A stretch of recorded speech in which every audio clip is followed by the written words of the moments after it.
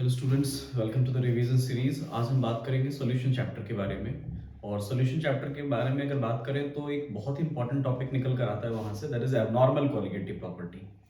पहली बात, colligative property क्या होता है सबने पढ़ा होगा। कॉलिगेटिव प्रॉपर्टी सॉल्यूशन की उस प्रॉपर्टीज को हम कहते हैं जो सिर्फ और सिर्फ इस बात पर डिपेंड करता है कि number of particles of solute कितने प्रेजेंट है सॉल्यूशन के अंदर। उसको नेचर ऑफ सॉल्यूट से मतलब नहीं होता है, मतलब आइडेंटिटी कौन सा है, आपने सॉल्यूट के तौर पे शुगर को ऐड किया है या सुक्रोज को ऐड किया, उससे कोई मतलब उसको नहीं होता है। एबनॉर्मेलिटी की बात अगर करें तो समझना पड़ेगा कि आखिर कॉलिगेटिव प्रॉपर्टी की वैल्यू एबनॉर्मल क्यों हो गया। एबनॉर्मल का मतलब क्या होता है कि जितना आपने एक्सपेक्ट किया था वो वैल्यू अगर आपको अचीव नहीं हो रहा है, इसका मतलब देयर इज सम एबनॉर्मेलिटी। तो आखिर वो एबनॉर्मेलिटी कॉलिगेटिव प्रॉपर्टी में क्यों आ रहा है, पहले इसको समझते हैं जरा। Abnormality in the value of colligative property, in value of colligative property arises if the solute dissociates or associates in the solution, associates in the solution, correct. अगर वो जाकर सॉल्यूशन में डिसोसिएट या फिर एसोसिएट दोनों में से कुछ भी होता है तो वैसे केस में आप कह सकते हो कि there will be some abnormality in the value of colligative property, correct. थोड़ा सा अगर इसको क्लासिफाई करते चले हम लोग, so we can classify the solute into two part. One is electrolytes और दूसरे कुछ सॉल्यूट्स को हम क्या बोल सकते हैं, that is non electrolytes. Non electrolytes, electrolytes यहां पे हम उसको कहते हैं which dissociates or associates, which dissociates or associates in the solution, that is called as electrolyte। और जो dissociate या associate नहीं करेगा, does not dissociate or associate in the solution, उसको हम नॉन इलेक्ट्रोलाइट्स की कैटेगरी में रखते हैं। फॉर एग्जाम्पल हम शुगर की बात कर लें, ग्लूकोज की बात कर लें, यूरिया, स्टार्च एटसेट्रा, ओके। तो ऐसे सॉल्यूट्स को हम नॉन इलेक्ट्रोलाइट्स कहेंगे। मतलब अगर सॉल्यूट आपके पास नॉन इलेक्ट्रोलाइट है तो वैसे केस में कॉलिगेटिव प्रॉपर्टी की वैल्यू में किसी भी टाइप का एबनॉर्मेलिटी आने वाला नहीं है। लेकिन अगर वो इलेक्ट्रोलाइट है, मतलब जो डिसोसिएट या एसोसिएट कर सकता है, तो वैसे केस में हमने क्या ऑब्जर्व किया है कि जितना वैल्यू हम एक्सपेक्ट कर रहे होते हैं कॉलिगेटिव प्रॉपर्टी का, थ्योरेटिकली शायद एक्चुअल में अपने को उतने वैल्यू अचीव होने वाला नहीं है, ओके। तो इसका मतलब एबनॉर्मेलिटी की जब भी बात की जाएगी तो आपके दिमाग में इलेक्ट्रोलाइट सॉल्यूट आना चाहिए, नॉन इलेक्ट्रोलाइट्स की बात नहीं कहेंगे। Hence based on the study जो हमने किया है, क्या उसके बेसिस पे हम ऐसा कह सकते हैं कि for electrolyte solute, for electrolytes colligative property observed जो होगा हमारा, ऑब्जर्व्ड मतलब जो एक्सपेरिमेंटली आप कहीं ना कहीं निकालेंगे, शायद वो कॉलिगेटिव प्रॉपर्टी थ्योरेटिकल के बराबर नहीं आएगा। थ्योरेटिकली हम निकालते हैं, है ना, और ये हम एक्सपेरिमेंटली जाकर है ना ऑब्टेन करेंगे, दोनों वैल्यू में आपको डेविएशन नजर आएगा। लेकिन अगर बात करें हम नॉन इलेक्ट्रोलाइट्स की, नॉन इलेक्ट्रोलाइट्स की अगर बात करें हम सब लोग, तो यहाँ पे कॉलिगेटिव प्रॉपर्टी जो ऑब्जर्व्ड होगा that will be equals to colligative property theoretical. I hope सबको समझ में आ गया होगा कि एबनॉर्मेलिटी का मतलब क्या है। एबनॉर्मेलिटी का मतलब है ऑब्जर्व वैल्यू का थ्योरेटिकल वैल्यू के बराबर नहीं हो पाना, यही हमारे लिए क्या है, एबनॉर्मेलिटी है, ओके। अब रही बात, हम इस एबनॉर्मेलिटी को मेजर कैसे करेंगे, कैसे पता चलेगा कि हमारा जो सॉल्यूट है उसके अंदर एबनॉर्मेलिटी ज्यादा है या कम है, मींस एक्सटेंट ऑफ एबनॉर्मेलिटी। तो हम कह सकते हैं extent of abnormality, extent of abnormality is obtained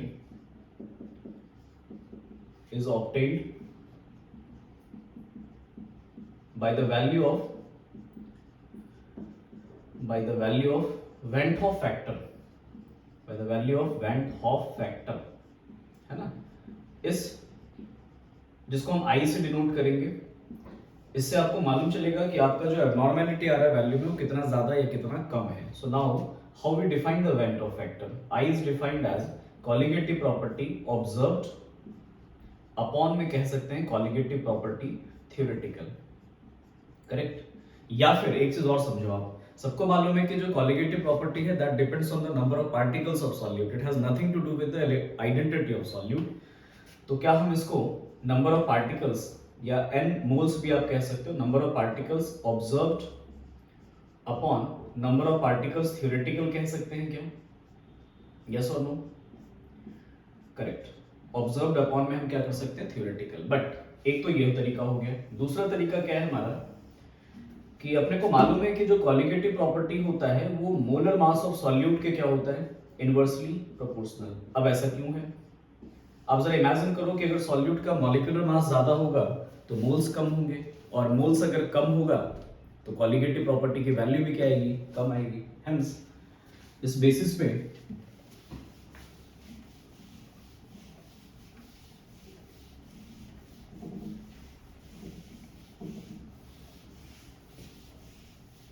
क्या हम ऐसा लिख सकते हैं? अगर आप समझ पा रहे हो तो बताना। आई जो होगा हमारा no doubt colligative property observed upon में क्या लिखा आपने? Colligative property theoretical. Correct. And that is equals to n observed upon n theoretical. ये तो हो गया मोल्स या फिर कॉलिगेटिव प्रॉपर्टी की वैल्यू अगर मालूम हो तो वेंटो फैक्टर निकाला जा सकता है, लेकिन सॉल्यूट का अगर मॉलिक्यूलर मास गिवन हो या मोलर मास गिवन हो तो कैसे निकालेंगे? तो आप यहाँ पे लिखेंगे मोलर मास ऑफ सॉल्यूट, ऊपर लिखेंगे थ्योरेटिकल और नीचे लिखेंगे molar mass of solute observed. Correct.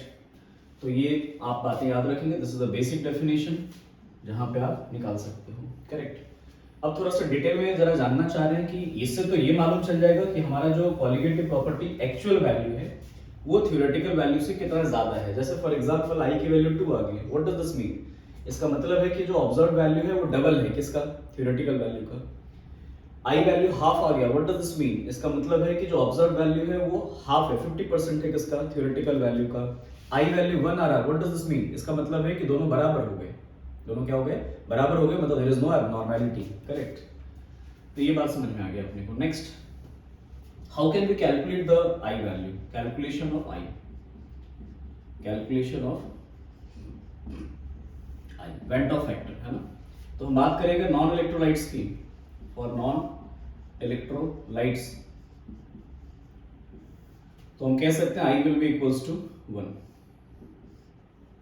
Because observed और थ्योरेटिकल क्या होता है?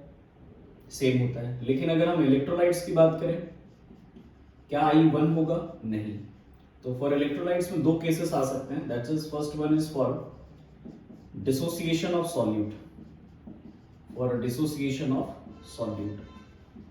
तो चलो छोटा सा डेरिवेशन है इसका, आपको समझ में आ जाएगा, उसके थ्रू बाद में आप फॉर्मूला याद रखेंगे। मेंस पॉइंट ऑफ व्यू से तो काफी इंपॉर्टेंट है, बट थोड़े से एडवांस लेवल पे अगर आपको क्वेश्चन मिलेगा तो वहां पे ये छोटा सा डेरिवेशन काम आएगा। लेट्स से हमारे पास एक सॉल्यूट है AN और ये डिसोसिएट होकर के बना रहा है हमारा Na। क्या बना रहा है? Na। मतलब एक मॉलिक्यूल n मॉलिक्यूल्स में या n पार्टिकल्स में ब्रेक डाउन हो गया। Let's say t equals to 0 पे हमने इसका C मोल मान रखा है, इसका कितना होगा? 0।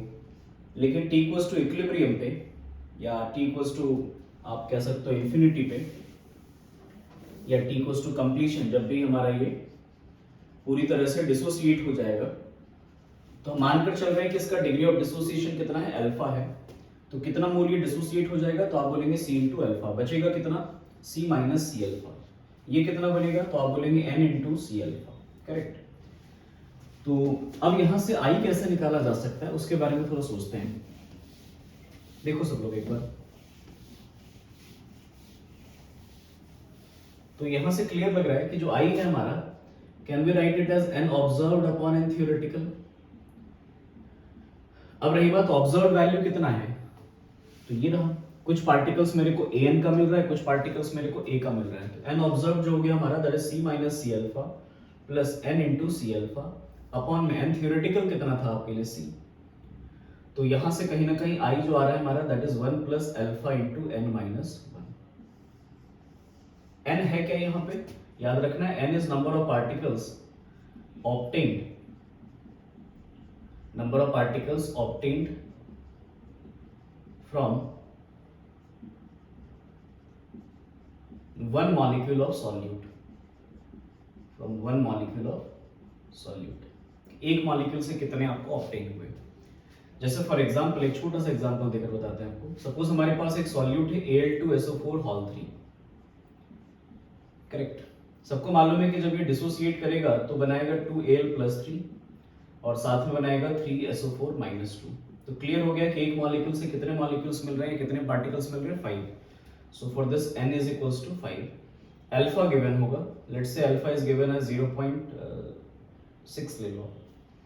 तो आई निकालोगे तो कितना हो जाएगा, 1 plus alpha that is 0.6 into n minus 1। n कितना है हमारा, 5 माइनस 1, तो आ गया 1 प्लस 0.6 इंटू 4, 0.6 इंटू 4।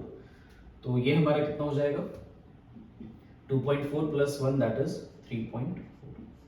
कर पाएंगे ऐसे क्वेश्चन, है ना, इजी है।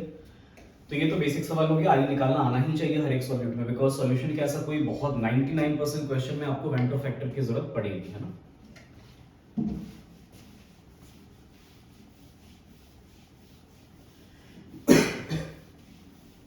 नेक्स्ट आ जाओ। ये तो बात हो गई डिसोसिएशन की। अगर एसोसिएशन की बात करें, for association of solute, for association of solute, इसमें एक चीज और याद रख सकते हो आप, स्पेशल केस है ना, कि अगर इन केस आपको क्वेश्चन में कुछ अल्फा नहीं गिवन है तो बाय डिफॉल्ट हम कितना मानेंगे, 1, है ना।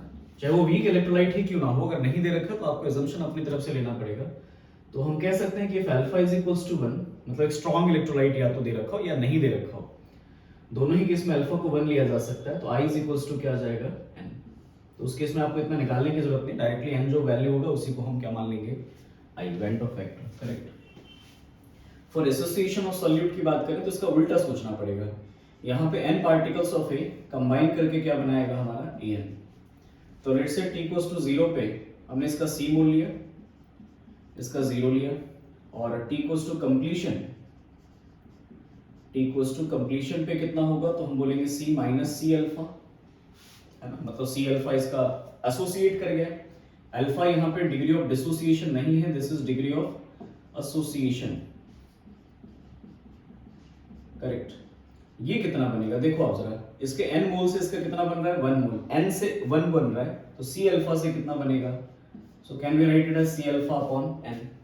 तो I जब निकालोगे Van't Hoff factor that is n observed upon n theoretical, n observed upon n theoretical, n observed कितना है, c minus C alpha plus c alpha upon n divide by, ये तो हो गया हमारा जो ऑब्टेन हुआ, ओरिजिनल कितना लिया था हमने, c।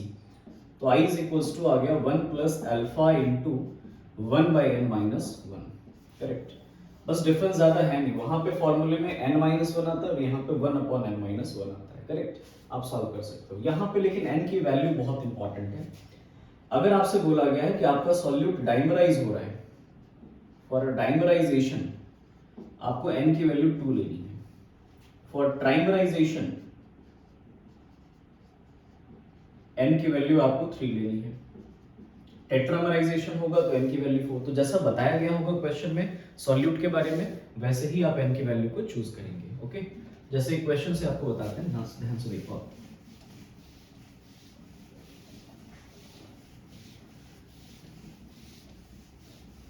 फॉर एग्जांपल आपसे बोला गया कि एक सॉल्यूट हमारा x है, सॉल्यूट x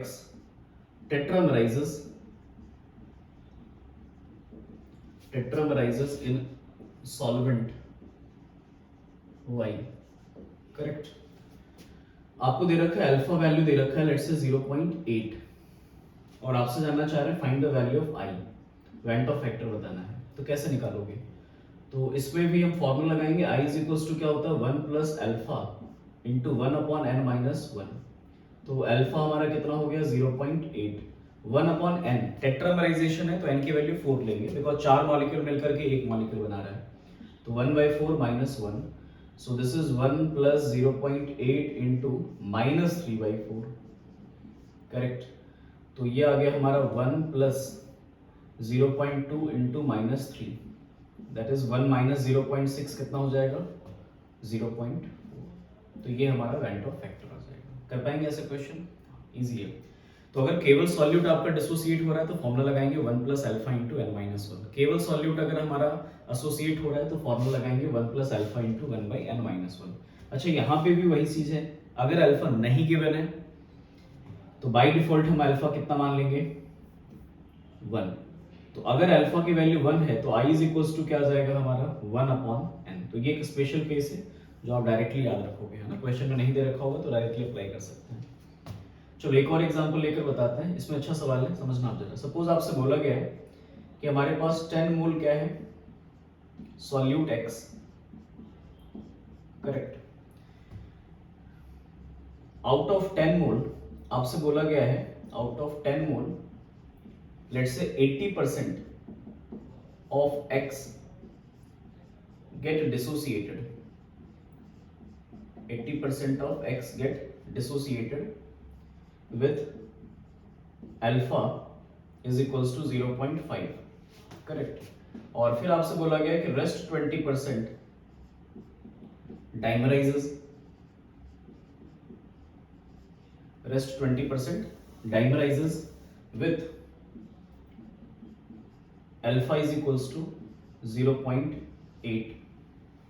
तो आपसे जानना चाह रहे हैं find the value of i, van't Hoff factor क्या होगा ये निकालना है। तो कैसे निकालेंगे जरा ध्यान से देखो आप एक बार, ताकि अपने को ऐसे क्वेश्चंस ऑलरेडी जेईई में आ रखे हैं, बट वो सिंपल वाला आया था उसमें, है ना, ये अल्फा वगैरह नहीं गिवन था, बट थोड़ा सा हमने ट्रिकी करवाया है तो ये अच्छा सवाल बनता है। तो ध्यान से देखो कैसे, हमारे पास 10 मोल x है और 10 मोल x में बता दिया गया कि जो 8 मोल है हमारा 80% है ना, 8 मोल वो डिसोसिएट कर रहा है और बचा हमारा 2 मोल, तो वो 2 मोल क्या हो रहा है एसोसिएट कर रहा है, मतलब डाइमराइज कर रहा है, करेक्ट। तो समझते जरा, तो अगर हमारा ये डिसोसिएट कर रहा है, एक मिनट और, सॉल्यूट का नेचर आप लिख लो, ये हमारा ए बी सॉल्यूट है ना, सॉल्यूट कैसा है ए बी, इसको x की जगह पे हम ए बी कर लेते हैं। तो अगर ए बी हमारा डिसोसिएट करेगा तो क्या बनाएगा a प्लस और b माइनस। तो अगर इसका 8 मोल इनिशियली लिया है आपने, इन दोनों का कितना रहा होगा 0 0, लेकिन t इक्वल्स टू कंप्लीशन पे क्या होगा, t इक्वल्स टू कंप्लीशन पे आपको अल्फा दे रखा है, कितना दे रखा है अल्फा, दैट इज 0.5। तो 8 माइनस 8 इंटू 0.5, तो 8 में से 4 मोल रिएक्ट कर गया, 4 मोल बचा, और ये कितना हो गया, तो इसके एक मोल से इन दोनों का एक एक मोल बनता है, तो 4 रिएक्ट किया है तो 4 इसका भी बनेगा और 4 इसका भी बनेगा, समझ में आ गया होगा। अगर इसी के मतलब जो आपका n ऑब्जर्व्ड होगा ना वो कितना हो जाएगा टोटल 12। अगर हम इसको, ये सॉल्यूशन की बात कर रहे हैं, अगर हम डाइमराइजेशन वाले एसोसिएशन वाले पार्ट की बात करें तो यहाँ पे हम कह सकते हैं कि 2 मॉलिक्यूल AB का डाइमराइज होकर के क्या बना रहा है AB2 बना रहा है। तो t इक्वल्स टू 0 पे आपने कितना लिया था इसका, हाउ मेनी मोल्स, जो एसोसिएट होगा तो आप बोल रहे हैं 2 मोल्स ओरिजिनली, ये कितना था 0। t इक्वल्स टू कंप्लीशन पे इसका अल्फा कितना दे रखा है, नहीं दे रखा है तो बाय डिफॉल्ट हम 1 मान लेंगे, बट गिवन है अल्फा कितना गिवन है 0.8, तो 2 माइनस 2 इंटू 0.8 कितना हो जाएगा, तो 2 माइनस 1.6 दैट इज 0.4, ये बचा। अब समझना मेरी बात को, अगर ये 1.6 रिएक्ट किया है मतलब एसोसिएट किया है तो ये कितना बनेगा, तो यहाँ पे कोएफिशिएंट का रेशियो देखो 2:1 का है, मतलब 2 से 1 बन रहा है, तो 1.6 से कितना बनेगा 0.8। तो एसोसिएशन के बाद इतना ऑब्टेन हुआ अपना, है ना। तो ध्यान से देखना आप, यहाँ पे फाइनल रिजल्ट निकालने जा रहे हैं। तो क्या यहाँ पे कह सकते हैं कि n थ्योरेटिकल जो हमारा था दैट वाज 10, लेकिन अगर हम n ऑब्जर्व्ड की बात करें, n ऑब्जर्व्ड, तो टोटल मोल्स हमारा कितना मिला 4 8 12, 12 मोल तो मिला है हमारा due to dissociation, due to dissociation of AB। Total मतलब 8 था, 4 बच गया और इन दोनों का 4 मोल मिल गया अपने को, और प्लस एसोसिएशन के कारण से कितना मिला, तो 0.4 प्लस 0.8 कितना मिला 1.2, that is due to association, या इसको हम डाइमराइजेशन भी कह रहे हैं यहाँ पे। तो n ऑब्जर्व्ड और n थ्योरेटिकल दोनों को अगर ऐड कर रहे हैं सो इट इज 13.2, है ना। तो अगर वेंटो फैक्टर निकालोगे so this will be N observed upon N theoretical, यही फॉर्मूला पढ़ा है हमने। तो एन ऑब्जर्व्ड हमारा कितना है, that is 13.2 divide by N theoretical कितना है 10, so value will come out to be 1.32, यही हमारा क्या होगा, आंसर होगा, करेक्ट। तो ऐसे क्वेश्चंस के लिए भी तैयार रहना है जहाँ पे 50+ आपको कुछ सॉल्यूट डिसोसिएट और कुछ सॉल्यूट हमारा उसी में से एसोसिएट होगा, तो ऐसे केस में वेंटो फैक्टर इस तरीके से निकाला जाता है। Okay, thank you so much.